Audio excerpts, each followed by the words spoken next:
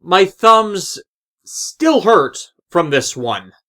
Continuing our look at CyberConnect's non.hack content brings us to their second game, Silent Bomber, released in 1999.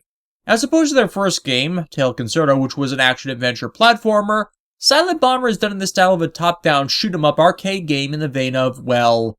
Okay, I remember playing games like this way back in the day in arcades, on the Sega CD, and some other PS2 titles that did this, but I, for the life of me, cannot remember the names of any of them. And while I was leaning towards Tail Concerto for its antiquated controls, this one was a lot more problematic for me. And by problematic, I mean, well, I literally could not finish the game because I sprained my thumbs making the attempt. I had to give up going any further into it lest I do permanent damage to myself. See, what happened is I got 8 stages through the game before I got stuck, and it was just a full straight-up wall of my efforts by the big boss of the stage. A trio of flying armored units I could not beat with what was available to me, with them being at just the wrong angles and for too short of a time to be able to target and damage them with the game mechanics and button napping at hand, as I literally can't do it, at least with what the controls for everything is. In Silent Bomber, you play as Juta, a special operative that, as you can tell from the name, is a demolitions expert, stealthily invading a dreadnought that's a threat to interstellar peace to blow the place to Kingdom Come. To both place and target enemies with bombs, you use the square button, and detonate them with triangle, 2 keys that are not the greatest to use together like this. There are other bombs you can also get that are of the napalm and gravity types for different effects you can unleash with use of circle. You can swap through the types at will with L1 and R1, and you can quickly place or lock on multiple times to target by first holding and then quickly pressing square repeatedly, up to the limit of bombs you can arm at the same time. And that limit changes the further you progress through the game, as you can find upgrade chips that increase your capabilities, either improving the shielding for Juta's equipment, the range you can hit at, and the number of bombs you can place and arm at the same time. And the really good thing about this system that would actually have me heaping a lot of praise on it if I didn't have a bad experience with the game, is you can hot swap at any time what these upgrades are doing. So if you need to tank through a region as you're facing a lot of weak things that just die in one hit, but their number is the problem, send it all to shields. You need to hit something just out of sight, put it in range. You encounter a boss and you absolutely positively want to kill it hard and fast, put it all in bomb and plant as many as it will let you. This last bit is what you're supposed to do on the boss I got stuck on. Put everything you can into range of bomb number and just blast away, before turtling up to live through the counterattack, and I couldn't do it. The window between lock-on and when you have to rapidly press square to stick your enemy with multiple bombs is not a good enough window to get it to work with any success against this unit, and then also have to dodge the counterattacks they're sending at you in the small window you have, as random bumping, tapping, and precise movements at the rate that's required for a PS1 game where the controls are not precise at all. Yeah, that is what caused the sprains, as I kept trying to do it until the strain just started tearing my ligaments. At first, I thought I just overstressed them and called off recording for the time to rest them, but then they still hurt the day after when I went to work, and then I got checked out over by the trained medics at my workplace, and yeah, actually medically diagnosed sprain in both thumbs. I was restricted from using them for a whole week afterwards, and they hurt even longer after. I actually heard from several of my followers on Twitter who had played the game that this specific boss is the biggest roadblock in the entire game. That while there are harder bosses in the game than this one, the specific mechanics you have to utilize and the window you have to utilize them in is the specific problem in getting past it. Later ones have their own rules that make them difficult, especially with their higher health bars to them, that for some can also make them unbreakable walls, but at least they are not flitting out of distance and range of attack, while you yourself are stuck on a small platform where it is very difficult to dodge the attacks on it. Now, while I feel the game is part of the problem, well, I will admit part of that is me too. My motor control in my hand is too bad to be able to do what the game wants, and trying to match what it wanted is what did the damage. But it is not helped at all by this multi-tap to multi-hit mechanic that is utilized instead of, say, the longer you target an enemy, the more bombs are auto-applied to them being utilized. Or a smart targeting system where you didn't need to stay looking right at them to maintain targeting on an enemy, as that makes it very difficult to dodge when your movement controls are all tied to just a D-pad and he can't sidestep around all of that to maintain that forward-oriented lock. And unfortunately, on the upgrade front, there is a problem with finding the upgrades in the environment, as they're either hidden very well, tend to be locked off unknowingly by your actions at each stage, Though to be fair, you can backtrack to ones you've missed by replaying the stages.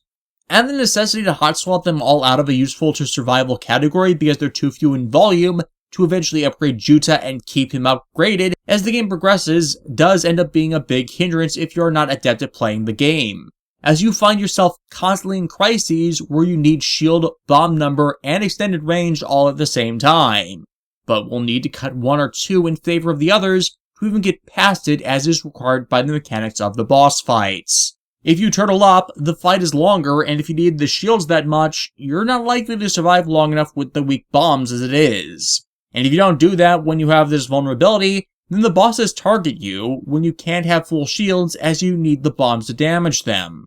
But regardless, they can still target you in the window where you need to target them, so you're hit and lose your target opportunity unless you are very lucky or at an extreme range from them with all your shields dumped into range.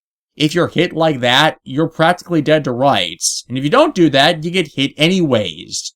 If you don't stack bombs on them, this fight goes forever to get through, so you have to multi-hit each one perfectly each round you're capable to even get past the round with homing attacks fast enough so you don't die. And the homing rounds take forever to kill.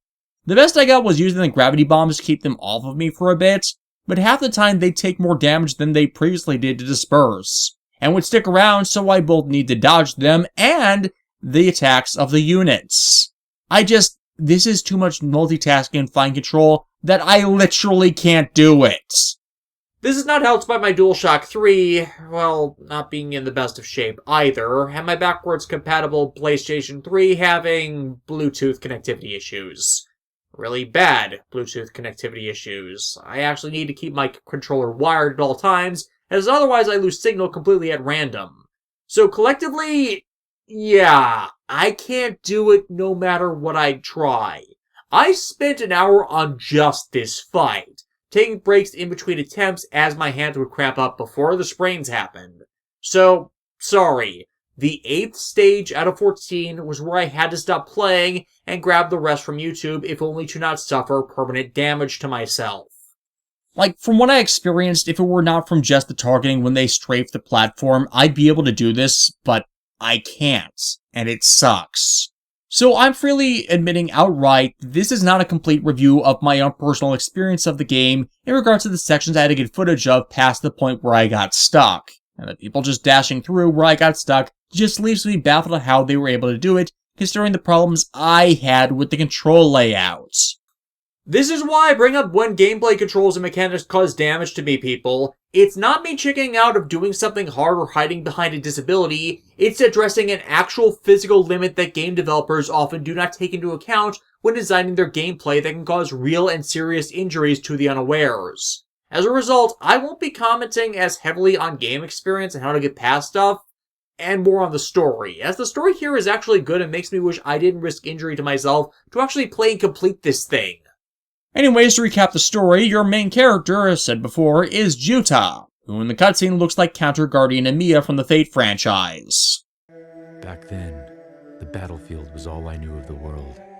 And the voice that issued orders to me, was the only thing I could believe in. I figured it out! You're actually Satan! That's uncalled for. Juta is a genetically engineered human, created by a future government of the world Tarakan? I can't pronounce this. As a perfect soldier, but unfortunately his handler went rogue as the government faced outside pressures to disband their authoritarian ways, and assigned Juta missions that ultimately acted as a long list of war crimes and civilian extermination ops. That got Juta sentenced to 300 years in prison. These people are civilians! Calm down, Utah. Burn everything to the ground. But... That's an order. No, Rin, I'm not carpet bombing the city. Of course you're not, silly. It was just a thought. We need an archer for that anyways. This is my life now. However, his case was reviewed, and 7 years later, he was recruited into a different covert ops peacekeeping unit, who at the moment in the current time period in the game is on an operation to take out the super dreadnought warship Dante that has likewise gone rogue, and is preparing to attack people on the planet Hornet. Like you do. Yuta, naturally from all this, acts as a pretty haunted and bitter protagonist, the burden of his past actions weighing him down constantly. As genetically engineered as he might be, he still has a conscience. Something that's probably portrayed better in the Japanese audio, where Yuta is voiced by Toshiyuki Morikawa. Yes, Tekkaman Blade, Wise God Doreen, Dante from Devil May Cry, and Sephiroth himself is the main freaking character here. Sadly, the English voice actor for him, Skip Skelrech, doesn't exactly give the best performance, a lot of the dialogue here being quite stilted. All I want from you is a status report, not a sob story. But this is not the only odd actor illusion that is here. As now in the present, Yuta has a support team. Computer specialist and guiding quarterback Anri Ohara. Benoit Mataro, who is the team's chess master and strategist. Mishino Tifon, who is their infiltration specialist and spy, and acts the femme fatale for the story. Jean Loss, who is a guerrilla technician that gets a bit feral in the middle of a fight. And Tim Palmer, who is the group's pilot. And Henri, Mishino, and John's English voice actors are the ones with the amusing actor illusions, as they are voiced by Deborah Rogers, Bridget Hoffman, and Kirk Thornton. Or, as they are more popularly known for portraying to CyberConnect fans, Mia in IMOC, Adeline GU, and Orkan Antares in both main games respectively, between the three of them.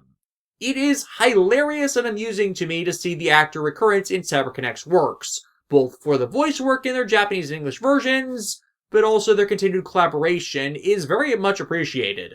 Bridget Hoffman especially is weird to hear in her role here, considering the vast majority of the roles I have seen her in, whether it be Jerry in Digimon Tamers, Adelie in Dot Hack, Nia in Gurren Lagann, or Fu in Magic Knight Rayearth, have her being the really kind and optimistic girl or young woman.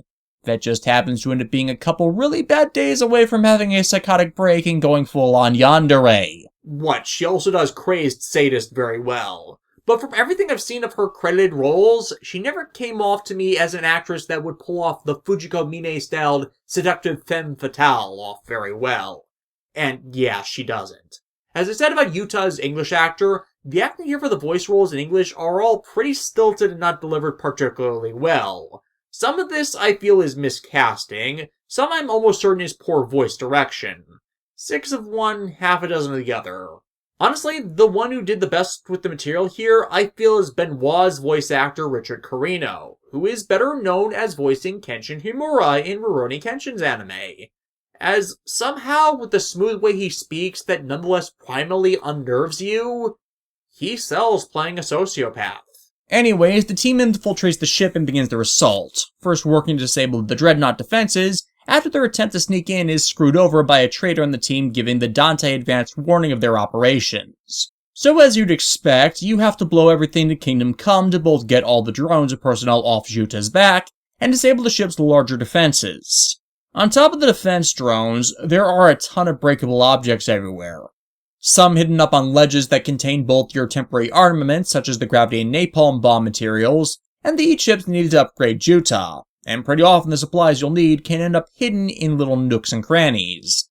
And you'll need every upgrade you can find after you blow up the cannon fodder to deal with the bosses and more specialized defenses.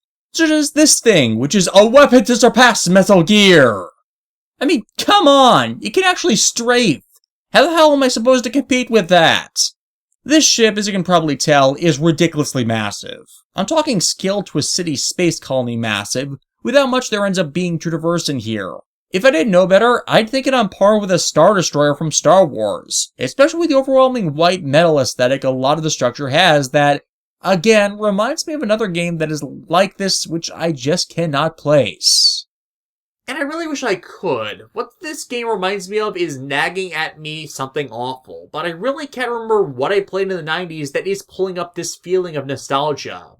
As you progress through the stages, there is a pretty distinct variety of enemies and obstacles. The drones, the defensive encampments, guys in varying types of power armor, hell, even super energy plasma cannons that have a good range of fire that make them a decent challenge to avoid. It's quite eclectic and yet feels consistent with future tech defenses that would exist on such a ship to ward off an invasion. As opposed to, modern shooters that always send you against the same 3 or 4 enemy types per faction every stage, cause they can't think about further role specialization than that.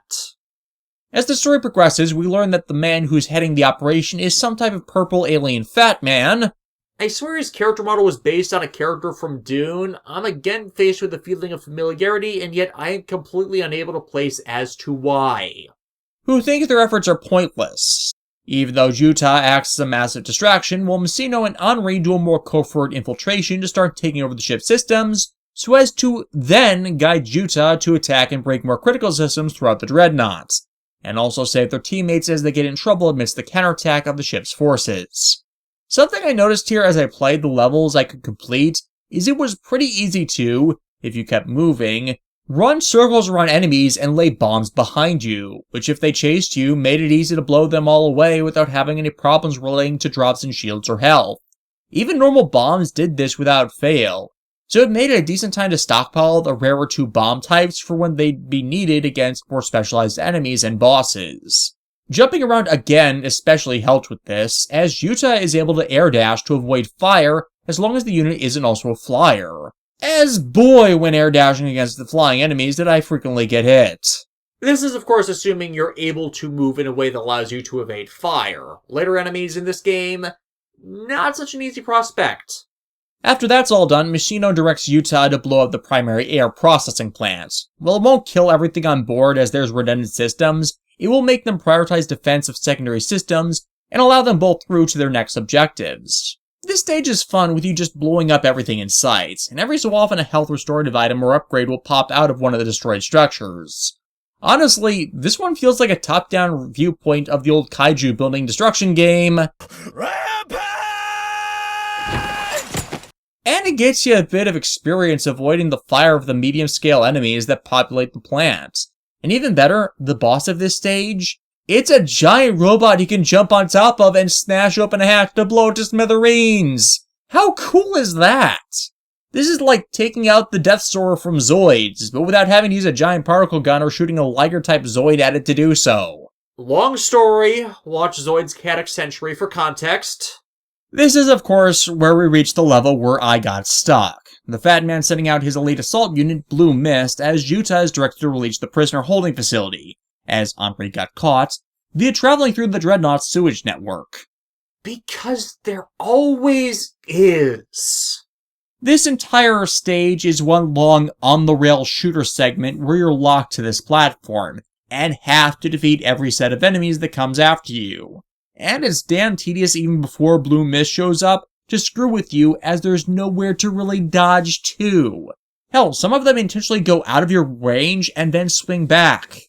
This entire stage in and of itself is a boss battle. There was no need to actually give me a boss that evades all my attempts to put them down.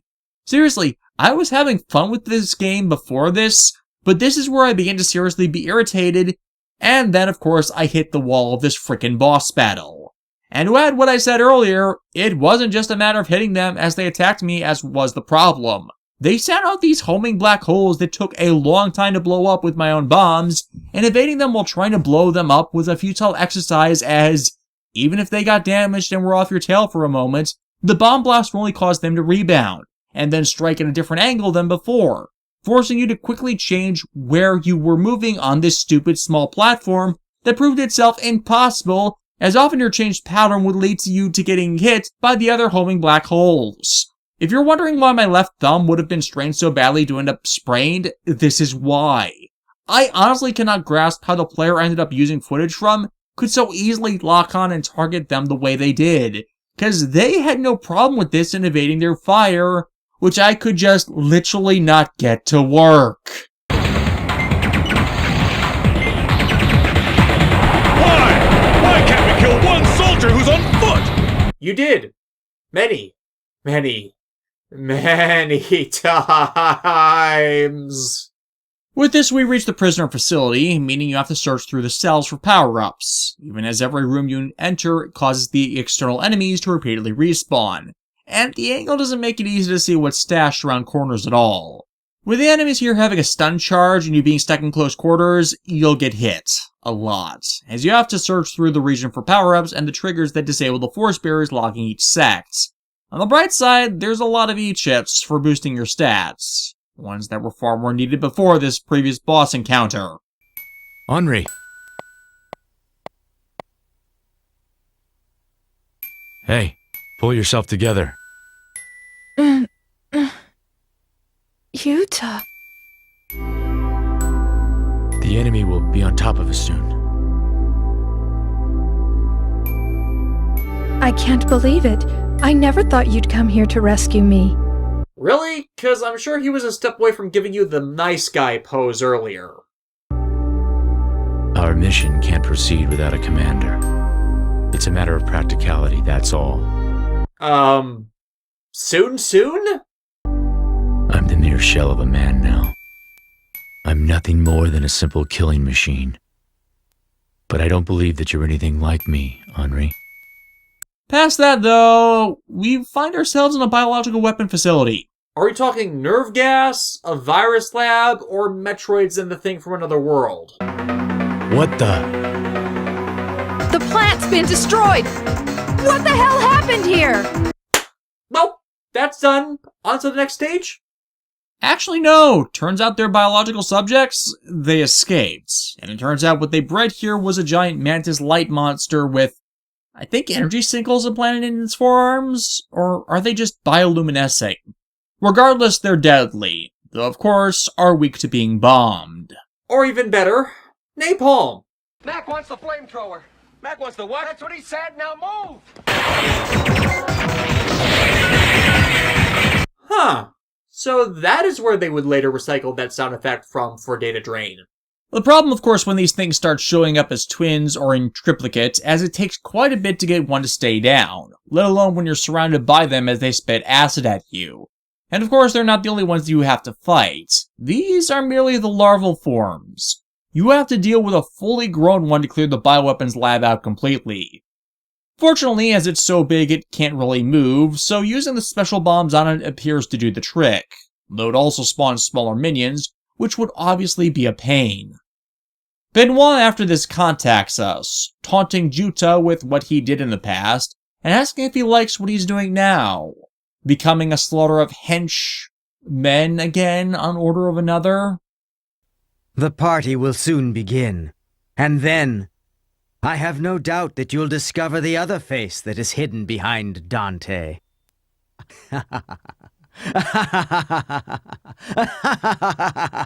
Maniacal laugh. Maniacal laugh. Maniacal laugh. Maniacal laugh.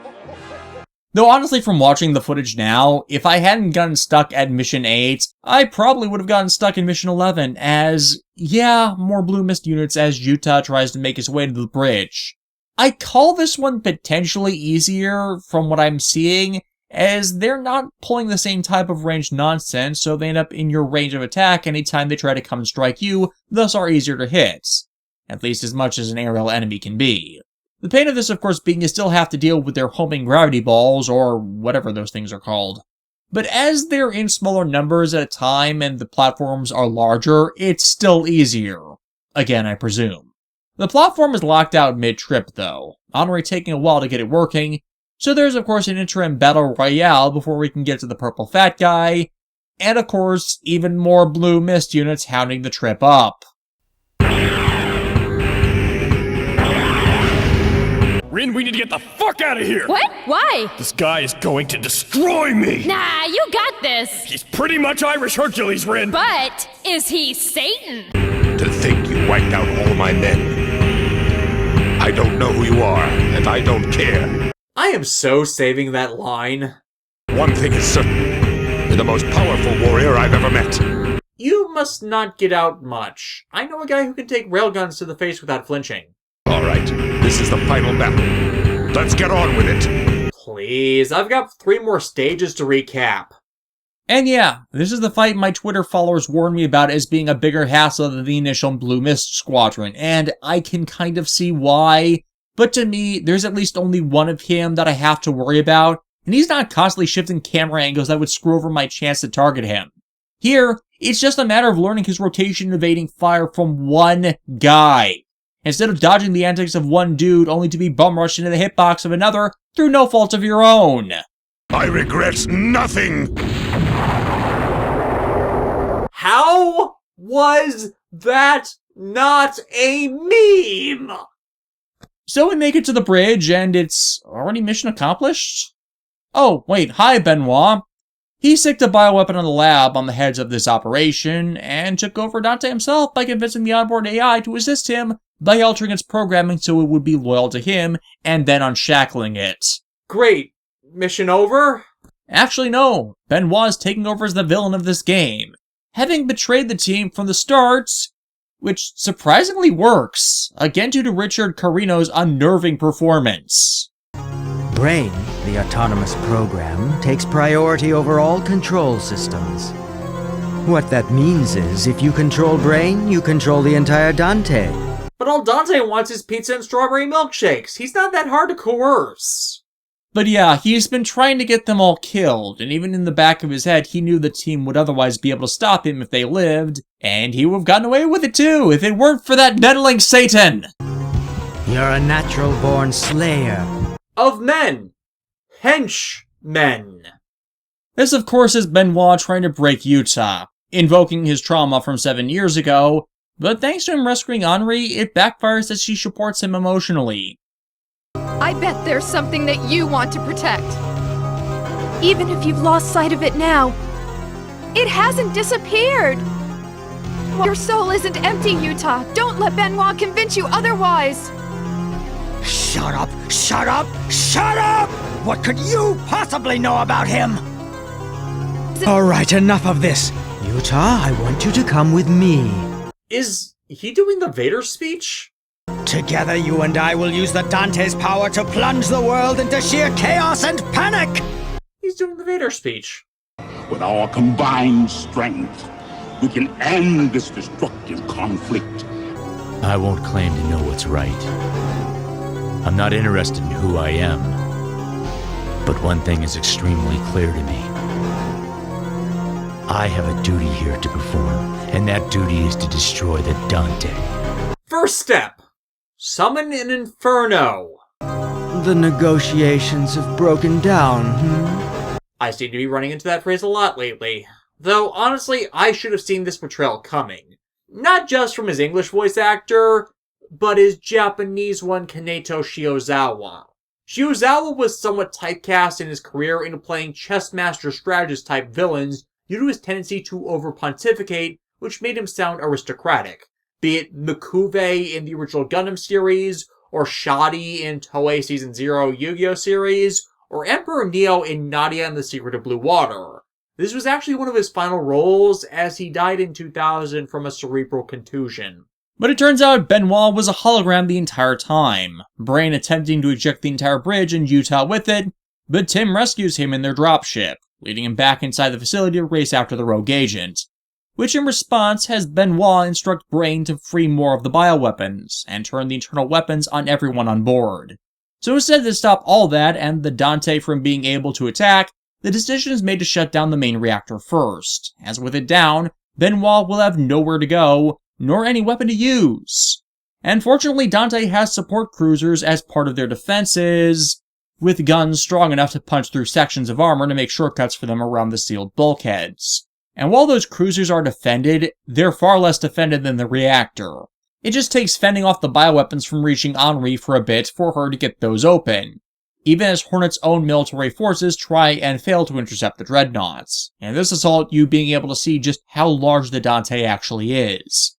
Seriously, this thing is a city-state in space. At least in that time, Utah's been fast-tracked into the reactor core, with you just needing to blow the safety controls to take it offline. It takes a bit to get to all these safety controls as, well, this is a big reactor. Thus the regulators have to be huge as well. and well defended at that with a wealth of drones. But with those gone, it chain reacts, taking out half the ship's systems, and leaving Benoit with a hunk of junk floating in dead space. Oh, this is bad! The Dante is beginning to accelerate towards our planet! Oh, come on! The only way to stop this now is to shut down the AI brain itself, and only Utah can make it there in time without compromising their escape route. So glad you could make it, Utah. At this moment, the Dante is slowly closing the distance between itself and Hornet. Okay, I wasn't sure before, but this has to be a Chikayo Fukuda composition. The reason I was uncertain was a lot of this is, well, not something that normally sounds like her work, but is distinct and different than basically every soundtrack of hers I have. But this is a track that I know was resampled for the IMOC games, with how similar it sounds to one of her ominous battle themes. Hell, it's not far off from one of the ones that plays in the snowfields in IMOC. Just add some whistles to it, and it's a GU track on top of that. Benoit taunts Utah as we travel along the route to him, speaking of the glory of incandescent fire dropping the dreadnought will be, and the Catch-22 he's placed Utah in. See, the AI is the only thing driving the ship. If it's turned off, the ship's still in the gravity well of the planet. It's still going to drop, as they won't have navigational control. But to buy himself a little time, Benoit decides to play chess with him. Red, he is going to murder me! Just use your reality marble. Pull him into hell. There are several things wrong with that idea! Pawn and knights, rooks, bishops, and the queen. A little chess every now and again isn't so bad, right, Utah? If Kinetoshiozawa had lived into the late 2000s, I'm almost certain he would have been tapped for Code Geass. I'm surprised they didn't get Richard Carino for a role after this, to be honest. This fight is just strange, with you needing to blow up the chess pieces as they spawn and move around the board until the king shows up and you can topple him. Again, it's time wasting before you get to the main event. As I thought, without the king, the game just isn't interesting. Well, yeah, that's how you lose. If the king isn't there, you either lose by default or can't win. It defeats the point of the game. So finally Benoit is on the battlefield, but again, everything is being distorted by his holograms that it's hard to tell where he even is, as he can't see what you're supposed to do, and he's hiding behind them stealthily. And all you can do is hope you can get a glimpse of him and lock on when he pops out from behind his illusions, and work to damage him. But even the player I got footage from seemed almost to be struggling with this, as he could rarely actually hit him. Eventually though, you tear a chunk out of his chest, and we learned what's with this guy, as he's connected with Utah's incident 7 years back. This jackass was the one who ordered him to do all of that. Benoit was Utah's handler that led him to commit war crimes. He was an official in that government, responsible for the majority of its atrocities, and when they fell apart, he just left and moved on to do it to someone else. Ruin other people's lives just because he could. It makes sense, and yet it's a revelation that just comes too late for any real pathos about it. It's just there to give Utah a bit of closure for his traumas, and allow everyone else to escape as the Dante blows up and the remains burn up in the atmosphere. However, Utah insists Henri and the others leave without him, as he can't get to them in time. Utah ultimately surviving in an escape pod from the ship, with him meeting again with Henri 3 years later, after they've both left military service to find some peace in their lives. Silent Bomber is very much a case where I wish I was a better gamer that didn't have the difficulties I do with certain types of controls doing damage to my hands. As this feels very much like a game that's meant to be a repeated play challenge, but I just can't do it without hurting myself. As once again this game was well received for its time, but like Tail Concerto fell into the status of being a cult hit, in part due to the challenge of it. As man, does it skew between being fun and being challenging, depending on how well you have upgraded and learned to play as Utah. Once again, like Tail Concerto, this game has had legacy representation on cyberkinetic media past this. All of the principal cast having their names used as NPCs in the original IMOC.hat games, Haseo's character design clearly taking some inspiration from Utah's regarding their skill, hair, and eye colors, and even Utah's general profile is seen again as a common body type taken by characters in those games. But for content like this, sorry. Unlike Little Tail Bronx, CyberConnect has just never quite revisited a shoot 'em up arcade-style game again. I think why is their popularity dropping over time in factor of the FPS's genre's mass takeover of shooting games, with the rest of the shmups taken over by bullet hell games like Toho, or rail shooter games like the Gradius franchise. And as I have liked to make fun of in the past, no one gives a damn about Gradius. If you can find a copy, I'd again suggest giving it a playthrough, and I'm honestly still amazed how many people who follow me already took a shot through it. So, I feel like I was a bit behind on doing so myself, though it was only in the last few years that I was able to find it in the first place. Maybe if I'd grown up with it, I would have been better trained and not injured myself playing it as I did, and I hope to give it another shot in the future.